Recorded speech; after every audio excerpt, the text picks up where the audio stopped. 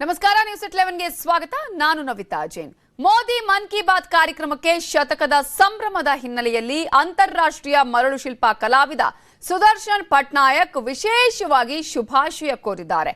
ಒಡಿಶಾದ ಪುರಿ ಕಡಲ ತೀರದಲ್ಲಿ ಮರಳಿನಲ್ಲಿ ಮೋದಿ ಕಲಾಕೃತಿಯನ್ನ ರಚಿಸಿದ್ದಾರೆ. ಪ್ರಧಾನಿ ಮೋದಿ ಅವರ ಮನ್ ಕಿ ಬಾತ್ಗೆ ಈಗ ಶತಕದ ಸಂಭ್ರಮ. ಈ ಹಿನ್ನೆಲೆಯಲ್ಲಿ 4 ಲಕ್ಷ ಸ್ಥಳಗಳಲ್ಲಿ ಮನ್ ಕಿ ಬಾತ್ ಕೇಳೋದಕ್ಕೆ ಸಿದ್ಧತೆಯನ್ನ ಮಾಡಲಾಗಿದೆ. ಅದೇ ರೀತಿಯಾಗಿ ಈಗ ಮರಳು ಶಿಲ್ಪ ಕಲಾವಿದ ಅಂತಾರಾಷ್ಟ್ರೀಯ ಮರಳು ಶಿಲ್ಪ ಕಲಾವಿದ ಸುದರ್ಶನ್ ಪಟ್ನಾಯಕ್ ವಿಶೇಷವಾಗಿ ಶುಭವನ್ನ ಕೋರಿದ್ದಾರೆ. ಕಲಾಕೃತಿಯನ್ನ ರಚನೆ ಮಾಡಿದ್ದಾರೆ.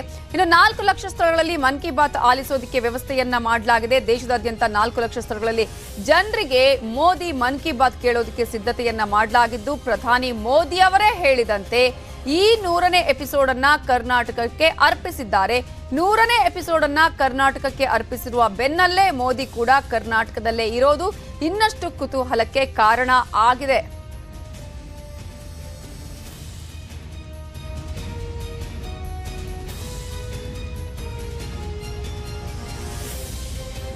ಎರಡ್ 2014ರಲ್ಲಿ ಆರಂಭ ಆಯಿತು ಮನ್ ಕಿ ಬಾತ್. ಈ ಸಂದರ್ಭದಲ್ಲಿ ಅನೇಕ ಕನ್ನಡಿಗರನ್ನು ಮನ್ ಕಿ ಬಾತ್ ನಲ್ಲಿ ಪರಿಚಯ ಮಾಡಲಾಯಿತು. ಆ ಸಾಧಕರ ಯಾರ್ಯಾರು ಅಂತ ನೋಡೋದಾದ್ರೆ, ಮೊದಲನೇದಾಗಿ ಈಗ ಅಮ್ಮೈ ಮಹಾಲಿಂಗ ನಾಯ್ಕ ದಕ್ಷಿಣ ಕನ್ನಡದಿಂದ ನೀರಿಗಾಗಿ ಗುಡ್ಡದಲ್ಲಿ ಸುರಂಗ ಕೊರೆದಂತಹ ಭಗೀರಥ ಇವರು ಪದ್ಮಶ್ರೀ ಪ್ರಶಸ್ತಿ ಪುರಸ್ಕೃತರು ಹೌದು. ಇವರನ್ನು ಕೂಡ ಮನ್ ಕಿ ಬಾತ್ ಮೂಲಕ ಪ್ರಧಾನಿ ನರೇಂದ್ರ ಮೋದಿ ಪರಿಚಯವನ್ನ ಮಾಡಿದ್ದಾರೆ.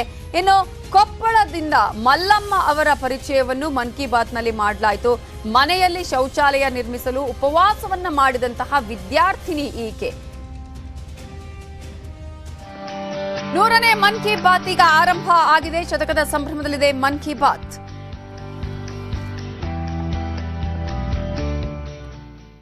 मेरे प्यारे देशवासियों, नमस्कार। आज मन की बात का 100वां एपिसोड है।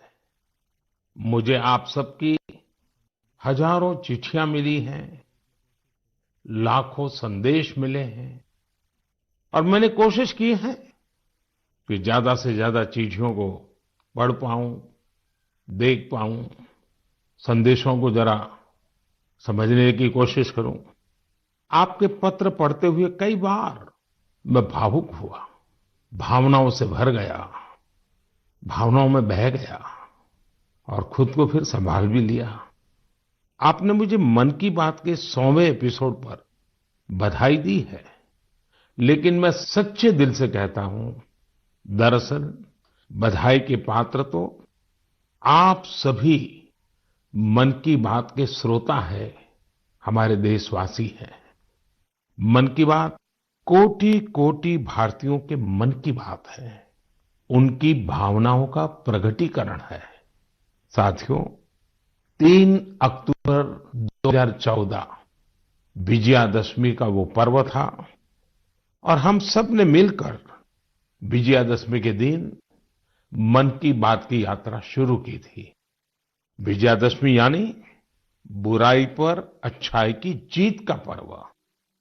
मन की बात भी देशवासियों की अच्छाइयों का, सकारात्मकता का एक अनोखा पर्व बन गया है। एक ऐसा पर्व जो हर महीने आता है, जिसका इंतजार हम सभी को होता है। हम इसमें पॉजिटिविटी को सेलिब्रेट करते हैं, हम इसमें पीपल्स पार्टिसिपेशन को भी सेलिब्रेट करते हैं। कई बार यकीन नहीं होता कि मन की बात को इतने महीने और इतने साल गुजर गए। हर एपिसोड अपने आप में खास रहा। हर बार नए उदाहरणों की नवीनता, हर बार देशवासियों की नई सफलताओं का विस्तार। मन की बात में पूरे देश के कोने कोने से लोग जुड़े, हर आयु वर्ग के लोग जुड़े। बेटी बचाओ बेटी पढ़ाओ की बात हो, स्वच्छ भारत आंदोलन हो, खादी के प्रति प्रेम हो या प्रकृति की बात, आजादी का अमृत महोत्सव हो या फिर अमृत सरोवर की बात। मन की बात जिस विषय से जुड़ा वो जन आंदोलन बन गया और आप लोगों ने बना दिया। जब मैंने तत्कालीन अमेरिकी राष्ट्रपति बराक ओबामा के साथ साझा मन की बात की थी तो इसकी चर्चा पूरे विश्व में हुई थी। साथियों, मन की बात मेरे लिए तो दूसरों के गुणों की पूजा करने की तरह ही रहा है। मेरे एक मार्गदर्शक थे, श्री लक्ष्मण राव जी इनामदार। हम उनको वकील साहब कहा करते थे। वो हमेशा कहते थे कि हमें दूसरों के गुणों की पूजा करनी चाहिए। सामने कोई भी हो, आपके साथ का हो, आपका विरोधी हो, हमें उसके अच्छे गुणों को जानने का, उनसे सीखने का प्रयास करना चाहिए। उनकी इस बात ने मुझे हमेशा प्रेरणा दी है। मन की बात दूसरों के गुणों से सीखने का बहुत बड़ा माध्यम बन गई है। मेरे प्यारे देशवासियों, इस कार्यक्रम ने मुझे कभी भी आपसे दूर नहीं होने दिया। मुझे याद है, जब मैं गुजरात का मुख्यमंत्री था तो वहां सामान्य जन से मिलना जुलना स्वाभाविक रूप से हो ही जाता था। मुख्यमंत्री का कामकाज और कार्यकाल ऐसा ही होता है, मिलने जुलने के अवसर बहुत मिलते रहते हैं। लेकिन 2014 में दिल्ली आने के बाद मैंने पाया कि यहाँ का जीवन तो बहुत ही अलग है।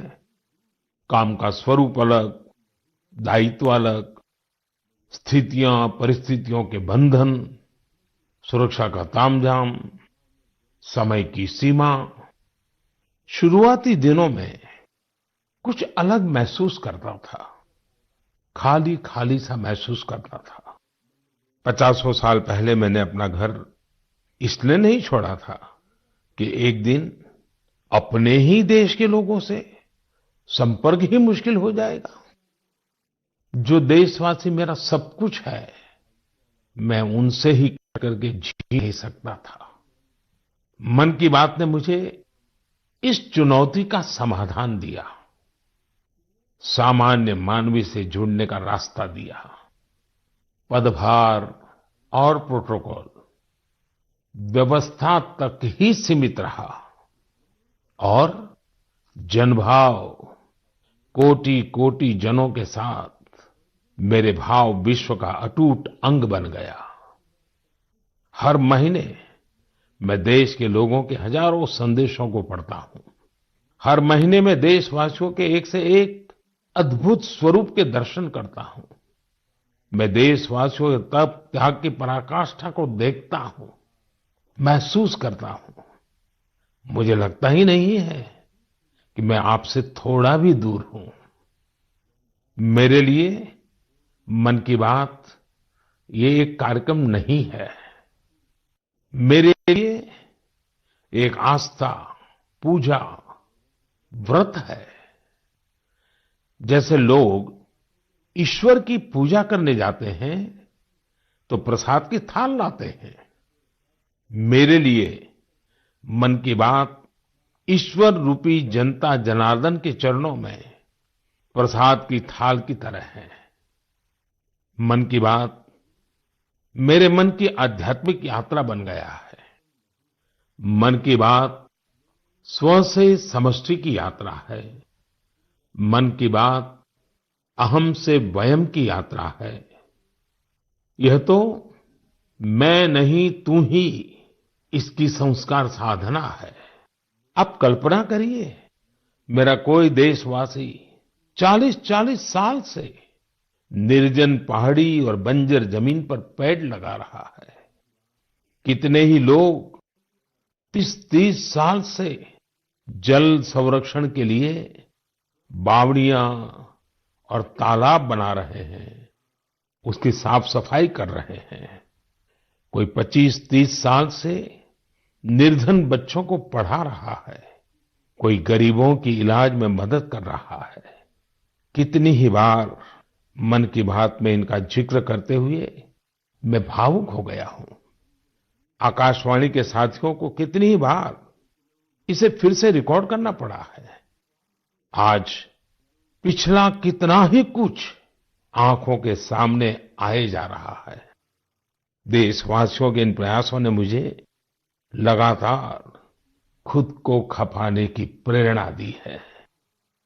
साथियों, मन की बात में जिन लोगों का हम जिक्र करते हैं, वे सब हमारे हीरोज हैं, जिन्होंने इस कार्यक्रम को जीवंत बनाया है। आज जब हम 100वें एपिसोड के पड़ाव पर पहुंचे हैं, तो मेरी ये भी इच्छा है कि हम एक बार फिर इन सारे हीरोज के पास जाकर उनकी यात्रा के बारे में जानें। आज हम कुछ साथियों से बात भी करने की कोशिश करेंगे। मेरे साथ जुड़ रहे हैं हरियाणा के भाई सुनील जगलान जी। सुनील जगलान जी का मेरे मन पर इतना प्रभाव इसलिए पड़ा क्योंकि हरियाणा में जेंडर रेशियो पर काफी चर्चा होती थी और मैंने भी बेटी बचाओ बेटी पढ़ाओ का अभियान हरियाणा से ही शुरू किया था। और इसी बीच जब सुनील जी के सेल्फी विद डॉटर कैंपेन पर मेरी नजर पड़ी तो मुझे बहुत अच्छा लगा। मैंने भी उनसे सीखा और इसे मन की बात में शामिल किया। देखते देखते सेल्फी विद डॉटर एक ग्लोबल कैंपेन में बदल गया और इसमें मुद्दा सेल्फी नहीं थी, टेक्नोलॉजी नहीं थी, इसमें डॉटर को, बेटी को प्रमुखता दी गई थी। जीवन में बेटी का स्थान कितना बड़ा होता है, इस अभियान से यह भी प्रकट हुआ। ऐसे ही अनेकों प्रयासों का परिणाम है कि आज हरियाणा में जेंडर रेशियो में सुधार आया है। आइए आज सुनील जी से ही कुछ गप मार लेते हैं। नमस्कार सुनील जी। नमस्कार सर, मेरी खुशी बहुत बढ़ गई है सर आपकी आवाज सुनकर। Sunil ji, selfie with daughter हर किसी को याद है। अब जब इसकी फिर चर्चा हो रही है तो आपको कैसा लग रहा है? प्रधानमंत्री जी, ये असल में आपने जो हमारे प्रदेश हरियाणा से पानीपत की चौथी लड़ाई बेटियों के चेहरे पे मुस्कुराहट लाने के लिए शुरू की थी, जिसे आपके नेतृत्व में पूरे देश ने जीतने की कोशिश की है, तो वाकई ये मेरे लिए और हर बेटी के पिता और बेटियों को चाहने वालों के लिए बहुत बड़ी बात है। सुनील जी, अब आपकी बिटिया कैसी है? आजकल क्या कर रही है? जी, मेरी बेटियां नंदनी और याचिका है। एक 7th क्लास में पढ़ रही है, एक 4th क्लास में पढ़ रही है और आपकी बड़ी प्रशंसक हैं। उन्होंने आपके लिए थैंक यू प्राइम मिनिस्टर करके अपनी क्लासमेट्स जो हैं लेटर भी लिखवाए थे असल में। वाह वाह वाह वाह। अच्छा, बिटिया को आप मेरा और मन की बात के श्रोताओं का खूब सारा आशीर्वाद दीजिए। बहुत बहुत शुक्रिया जी, आपकी वजह से देश की बेटियों के चेहरे पे लगातार मुस्कान बढ़ रही है। बहुत बहुत धन्यवाद सुनील जी। जी शुक्रिया। साथियों, मुझे इस बात का बहुत संतोष है कि मन की बात में हमने देश की नारी शक्ति की सैकड़ों प्रेरणादायी गाथाओं का जिक्र किया है। चाहे हमारी सेना हो या फिर खेल जगत हो, मैंने जब भी महिलाओं की उपलब्धियों पर बात की है उसकी खूब प्रशंसा हुई है।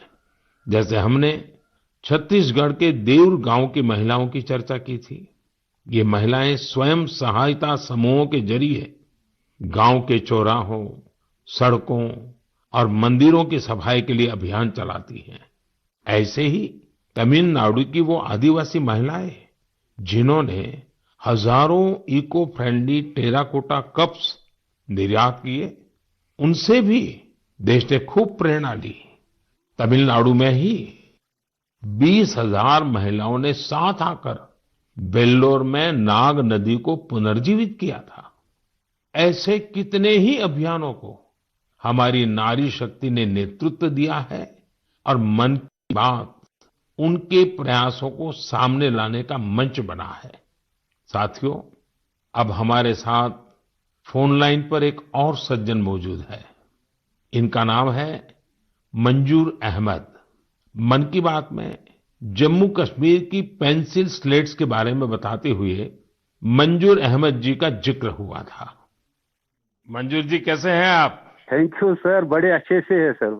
मन की बात के इस 100वें एपिसोड में आपसे बात करके मुझे बहुत अच्छा लग रहा है थैंक यू सर। अच्छा, ये पेंसिल स्लेट्स वाला काम कैसा चल रहा है? बहुत अच्छे से चल रहे हैं सर, बहुत अच्छे से। जब से सर आपने हमारी बात मन की बात में कही सर, तब से बहुत काम बढ़ गया सर, और दूसरों को भी रोजगार यहाँ बहुत बड़ा है इस काम में। कितने लोगों को अब रोजगार मिलता होगा? अभी मेरे पास 200 प्लस है। अरे वाह! मुझे बहुत खुशी हुई। जी सर, जी सर। अभी 1-2 महीने में अभी इसको एक्सपांड कर रहा हूँ कि और 200 लोगों को रोजगार बढ़ जाएगा सर। वाह वाह वाह! देखिए मंजूर जी, जी सर। मुझे बराबर याद है, और उस दिन आपने मुझे कहा था कि ये एक ऐसा काम है जिसकी न कोई पहचान है, न स्वयं की पहचान है, और आपको बड़ी पीड़ा भी थी, और इस वजह से आपको काफी बड़ी मुश्किलें होती थी, वो भी आप कह रहे थे। लेकिन अब तो पहचान भी बन गई, और 200 से ज्यादा लोगों को रोजगार दे रहे हैं, जी सर, जी सर। और नया एक्सपांशन करके और 200 लोगों को रोजगार दे रहे हैं। ये तो बहुत खुशी की खबर दी आपने। एवं सर यहाँ पे जो फार्मर है सर, उनका भी बहुत बड़ा इसमें फायदा मिला सर। तब से हाँ हाँ। 2000 का ट्री बेचते थे, अभी वही ट्री 5000 तक पहुंच गया सर। इतनी डिमांड बढ़ गई सर इसमें तब से, और अपनी पहचान भी बन गई। इसमें बहुत से आर्डर है अपने पास सर। अभी मैं आगे 1-2 महीने में और एक्सपेंड करके और 200-250 2-4 गाँव में जितने भी लड़के लड़के हैं इसमें एडजस्ट हो सकता है, उनका भी रोजी रोटी चल सकता है सर। देखिए मंजूर जी, वोकल फॉर लोकल की ताकत कितनी जबरदस्त है, आपने धरती पर उतार के दिखा दिया है। जी सर, जी सर। मेरी तरफ से आपको और गांव के सभी किसानों को, और आपके साथ काम कर रहे हैं सभी साथियों को भी मेरी तरफ से बहुत बहुत शुभकामनाएं। धन्यवाद भैया। धन्यवाद सर। साथियों, हमारे देश में ऐसे कितने ही प्रतिभाशाली लोग हैं जो अपनी मेहनत के बलबूते ही सफलता के शिखर तक पहुंचे हैं।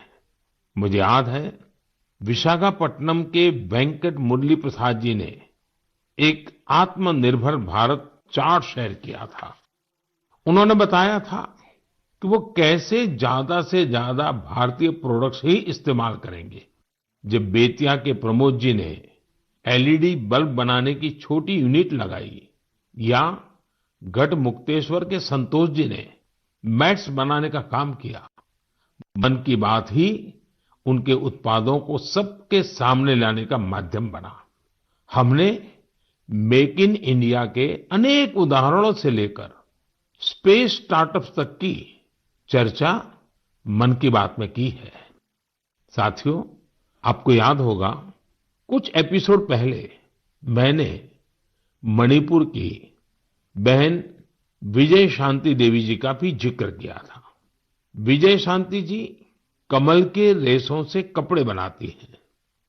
मन की बात में उनके इस अनोखे इको फ्रेंडली आइडिया की बात हुई तो उनका काम और पॉपुलर हो गया। आज विजय शांति जी फोन पर हमारे साथ हैं। नमस्ते Vijay Shanti ji, how are you? Sir, I am fine. And how is your work going on? Sir, still working along with my 30 women. Pradeep Sangwan ji की हीलिंग हिमालयज अभियान की चर्चा की थी।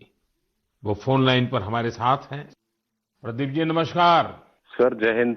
जय हिंद, जय हिंद भैया। कैसे हैं आप?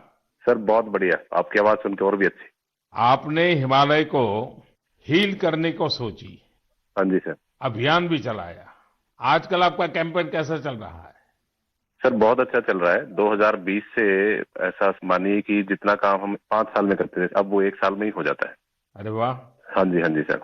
शुरुआत बहुत नर्वस हुई थी, बहुत डर था इस बात को लेके कि जिंदगी भर कर पाएंगे नहीं पाएंगे, पर थोड़ा सपोर्ट मिला और 2020 तक हम बहुत स्ट्रगल भी कर रहे थे। ऑनेस्टली लोग बहुत कम जुड़ रहे थे, बहुत सारे ऐसे लोग थे जो कि सपोर्ट नहीं कर पा रहे थे, हमारी मुहिम को इतना तवज्जो भी नहीं दे रहे थे। बट 2020 के बाद जब मन की बात में जिक्र हुआ, उसके बाद बहुत सारी चीजें बदल गई। मतलब पहले हम साल में 6-7 क्लीनिंग ड्राइव कर पाते थे, 10 क्लीनिंग ड्राइव कर पाते थे। आज की डेट में हम डेली बेसिस पे 5 टन कचरा इकट्ठा करते हैं अलग अलग लोकेशन से। अरे वाह।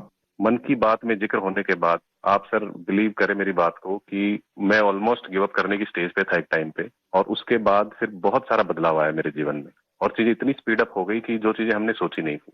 सो आई एम रियली थैंकफुल कि पता नहीं कैसे हमारे जैसे लोगों को आप ढूंढ लेते हैं, कौन इतनी दूर दराज एरिया में काम करता है, हिमालय के क्षेत्र में जाके बैठ के हम काम कर रहे हैं, सॉल्टिट्यूड पे काम कर रहे हैं, वहां पे आपने ढूंढा हमें, हमारे काम को दुनिया के सामने लेके आए। तो मेरे लिए बहुत इमोशनल मोमेंट था तब भी और आज भी कि मैं हमारे देश के जो प्रथम सेवक हैं उनसे मैं बातचीत कर पा रहा हूँ। मेरे लिए इससे बड़ी सौभाग्य की बात नहीं हो सकती। प्रदीप जी, आप तो हिमालय के चोटियों पर सच्चे अर्थ में साधना कर रहे हैं और मुझे पक्का विश्वास है अब आपका नाम सुनते ही लोगों को याद आ जाता है कि आप कैसे पहाड़ों की स्वच्छता अभियान में जुड़े हैं। हाँ जी सर। और जैसा आपने बताया कि अब तो बहुत बड़ी टीम बनती जा रही है और आप इतनी बड़ी मात्रा में डेली काम कर रहे हैं। हाँ जी सर। और मुझे पूरा विश्वास है कि आपके इन प्रयासों से, उसकी चर्चा से अब तो कितने ही पर्वतारोही स्वच्छता से जुड़े फोटो पोस्ट करने लगे हैं। हाँ जी सर, बहुत। ये अच्छी बात है। आप जैसे साथियों के प्रयास के कारण waste is also a wealth, ये लोगों के दिमाग में अब स्थिर हो रहा है और पर्यावरण की भी रक्षा हो रही है और हिमालय का जो हमारा गर्व है उसको संभालना, संवारना वो सामान्य मानवी जुड़ रहा है। प्रदीप जी, बहुत अच्छा लगा मुझे। बहुत बहुत धन्यवाद भैया। Thank you sir, thank you so much. जय हिंद। साथियों, आज देश में टूरिज्म बहुत तेजी से ग्रो कर रहा है। हमारे ये प्राकृतिक संसाधन हो, नदियां, पहाड़, तालाब या फिर हमारे तीर्थ स्थल हो, उन्हें साफ रखना बहुत जरूरी है। ये टूरिज्म इंडस्ट्री की बहुत मदद करेगा। पर्यटन में स्वच्छता के साथ साथ हमने इनक्रेडिबल इंडिया मूवमेंट की भी कई बार चर्चा की है।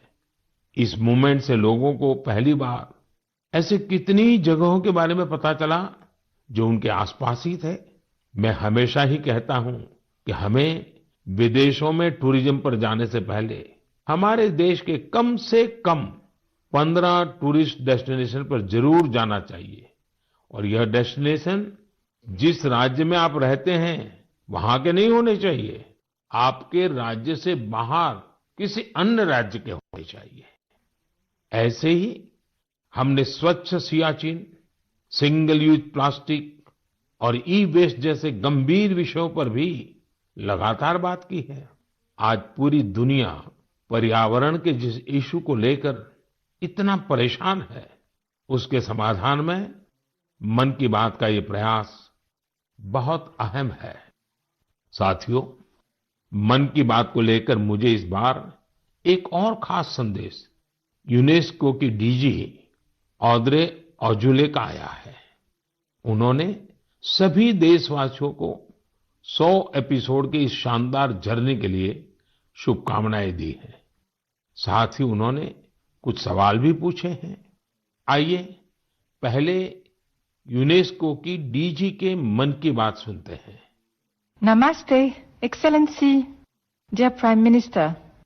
On behalf of UNESCO, I thank you for this opportunity to be part of the 100th episode of the Man Ki Baat radio broadcast. UNESCO and India have a long common history. We have very strong partnerships together in all areas of our mandate: education, science, culture, and information. And I would like to take this opportunity today to talk about the importance of education. UNESCO is working with its member states to ensure that everyone in the world has access to quality education by 2030. With the largest population in the world, could you please explain the Indian way to achieving this objective? UNESCO also works to support culture and protect heritage. And India is chairing the G20 this year. World leaders will be coming to Delhi for this event. Excellency, how does India want to put culture and education at the top of the international agenda? I once again thank you for this opportunity and convey my very best wishes through you to the people of India. À bientôt. Merci beaucoup. Thank you, Excellency. I'm happy to interact with you in the 100th Man Ki Baat program. I'm also happy that you have raised the important issues of education and culture. साथियों, UNESCO की DG ने education और cultural preservation यानी शिक्षा और संस्कृति संरक्षण को लेकर भारत के प्रयासों के बारे में जानना चाहा है। ये दोनों ही विषय मन की बात के पसंदीदा विषय रहे हैं। बात शिक्षा की हो या संस्कृति की, उसके संरक्षण की बात हो या संवर्धन की, भारत की यह प्राचीन परंपरा रही है। इस दिशा में आज देश जो काम कर रहा है वो वाकई बहुत सराहनीय है। नेशनल एजुकेशन पॉलिसी हो या क्षेत्रीय भाषा में पढ़ाई का विकल्प हो, एजुकेशन में टेक्नोलॉजी इंटीग्रेशन हो, आपको ऐसे अनेक प्रयास देखने को मिलेंगे। वर्षों पहले गुजरात में बेहतर शिक्षा देने और ड्रॉप आउट रेट्स को कम करने के लिए गुणोत्सव और शाला प्रवेश उत्सव जैसे कार्यक्रम जन भागीदारी की एक अद्भुत मिसाल बन गए थे। मन की बात में हमने ऐसे कितने ही लोगों के प्रयासों को हाईलाइट किया है जो निस्वार्थ भाव से शिक्षा के लिए काम कर रहे हैं। आपको याद होगा, एक बार हमने ओडिशा में ठेले पर चाय बेचने वाले स्वर्गीय डी प्रकाश राव जी के बारे में चर्चा की थी, जो गरीब बच्चों को पढ़ाने के मिशन में लगे हुए थे।